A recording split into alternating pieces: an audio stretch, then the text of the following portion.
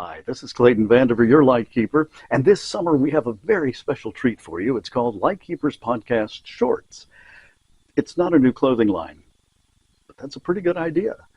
Actually, it's just shorter episodes, under 10 minutes long, of our most popular episodes that we keep getting requests to play again. So here's part 2 of the Lightkeepers Podcast Shorts. Hello and welcome to the Lightkeepers Podcast. I'm Clayton Vandiver, your Lightkeeper, with a show dedicated to everyone who wants to get the most out of life that they can. We don't talk about the end of life, we focus on the quality of life. My co-host on this episode, Charlene, a licensed clinical social worker, she'll be helping us answer this week's question, to be or not to be.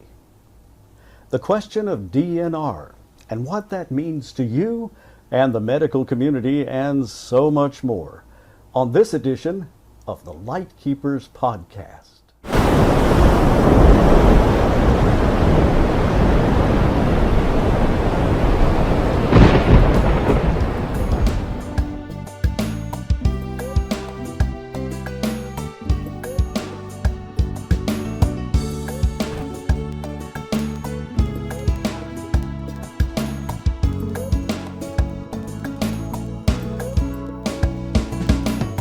Before we start, I'd like to invite you to please leave your questions or comments below. We love to hear from you.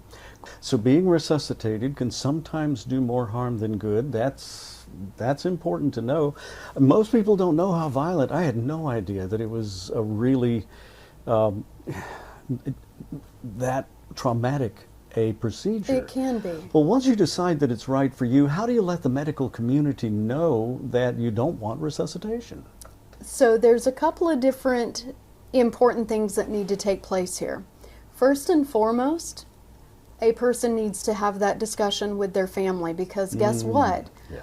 Once someone is unconscious, your family or your medical decision maker, they're going to be the ones calling the shots for you anyway. Sure. So you're going to want to make sure that they're on board with your wishes. So first place to start is having that discussion with your family. Of course. The next place to start is going to be to have that discussion with your doctor because they're going to be the ones signing off on it anyway. It is a medical order. It does require physician signature.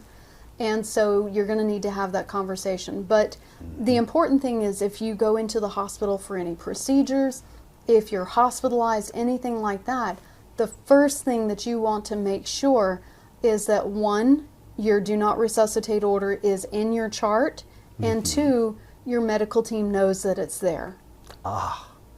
So what about in an accident situation where the emergency responders or paramedics are not going to know you have a DNR? So that one can be a little trickier because in an accident, a lot can happen. You know, you may have a do not resuscitate card in your wallet. Oh, okay. But in an emergency, say for example in a car accident, most of the time you're already on the stretcher in the ambulance on the way to the hospital before the state trooper writing up the accident actually bothers to look in your wallet. I see. If you have a do not resuscitate bracelet, there are medic alert bracelets that you can wear that indicate that you have a do not resuscitate order. If you're in a bad enough car accident, that bracelet might not have stayed on.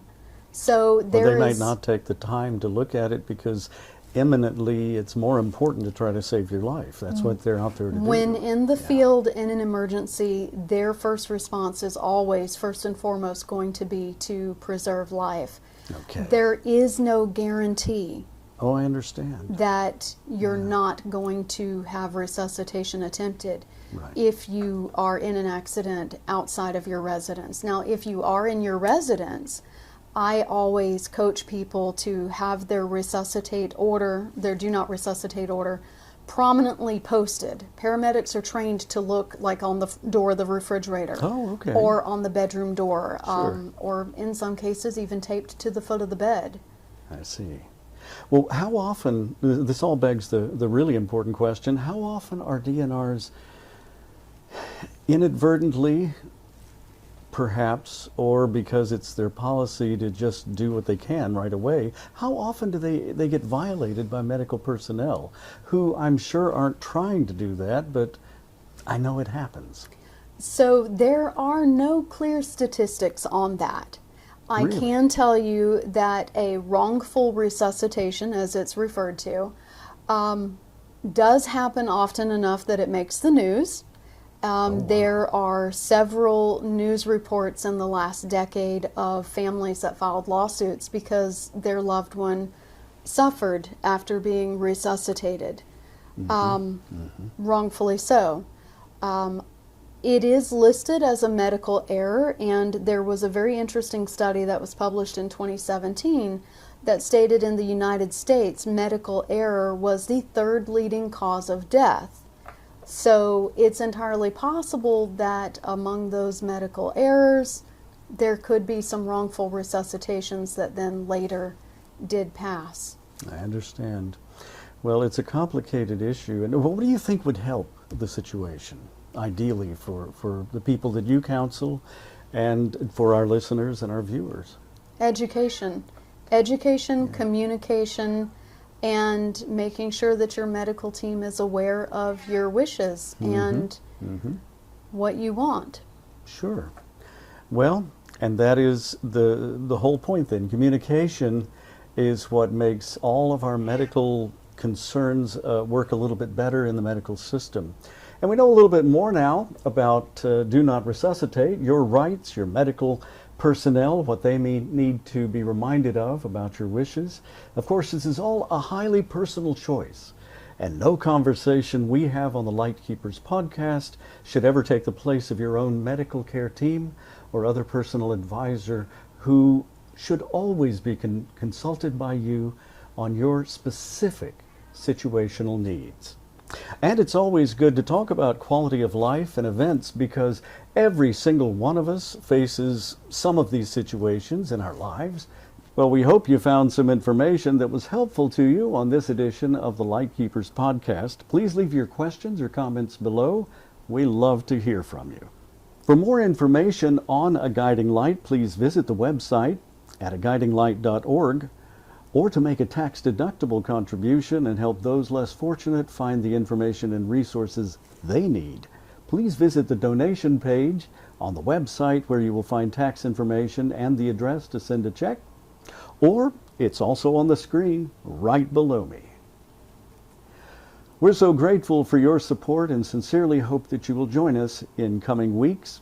We still have topics like organ donors and hospitals, funeral homes and your plans, the gap between medical jargon and medical care, and legal jargon, metabolized grief, ingesting grief, normalizing loss, hospice.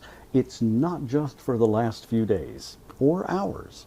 Medical plans and paperwork, and of course, your questions and comments. We love to hear from you. Speaking of that, hit the like and subscribe buttons and turn on that notify bell so you catch every episode. I'm Clayton Vandiver, the Lightkeeper. We'll see you next time.